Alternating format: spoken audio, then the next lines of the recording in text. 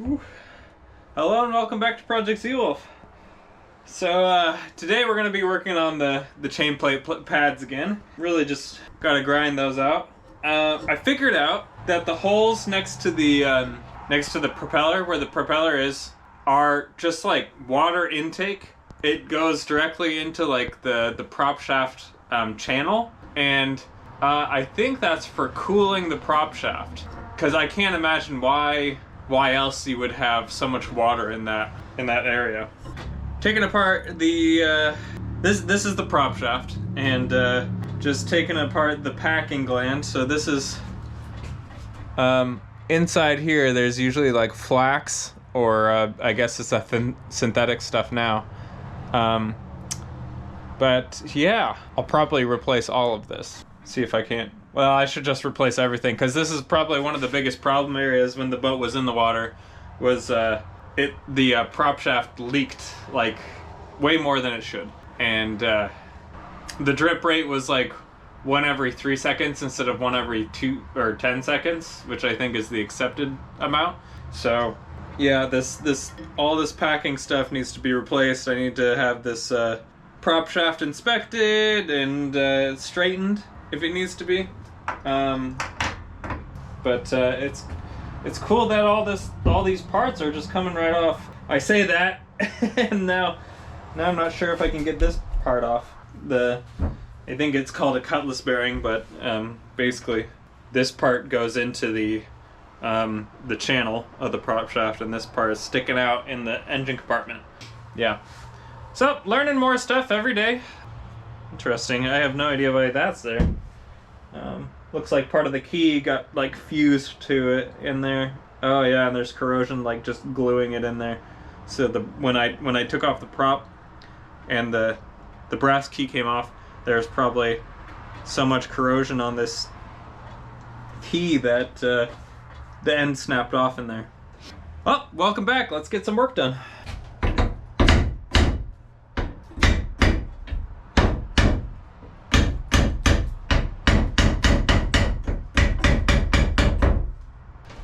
For something that spins with the motor, I'm kind of surprised this isn't easier to get off. Because usually you'd be able to just slide the prop shaft out.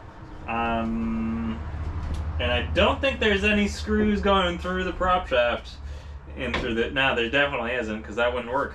So I'm left to inch my way down with the hammer. Alright, with some lube, I was able to get it to spin. Let's see if it comes off easier now. Oh yeah. Woo! That's satisfying. Does it come all the way off? Or not? Is it not a uniformly... Oh, nope, it's fine. Oh, man. Okay. I got it. Let's see. Yep, nice.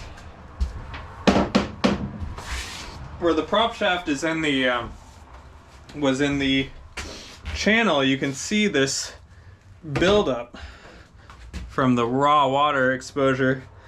If I just take like a probe, it comes off in big flakes.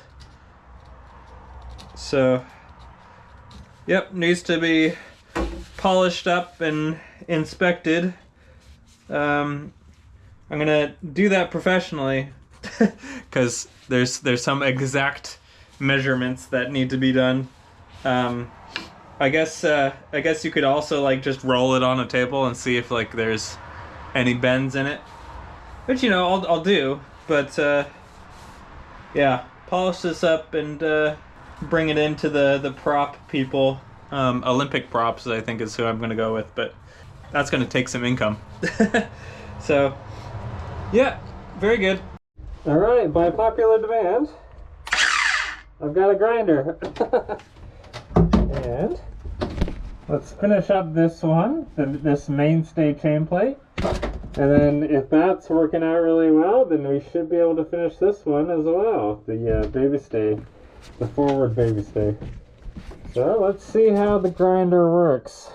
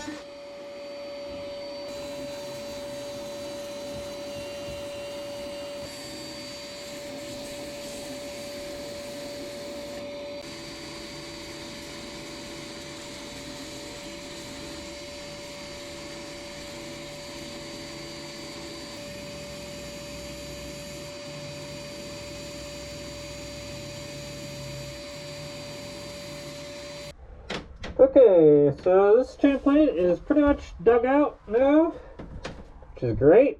Just a few details that I can get to when I start putting new fiberglass on. And let's see here. Oh man. Yeah, that chain plate extends into the edge of the bulkhead. So that's going to be interesting. Oh, look at all that metal that's still up in there. Oh,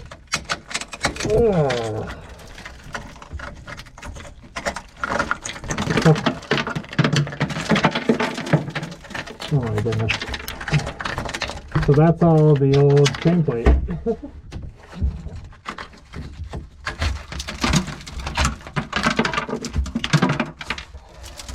Yikes. Okay. So that's going to be a pain to get in there. At least the new chain plate is just going to be here, so very serviceable in comparison to the old chain plate.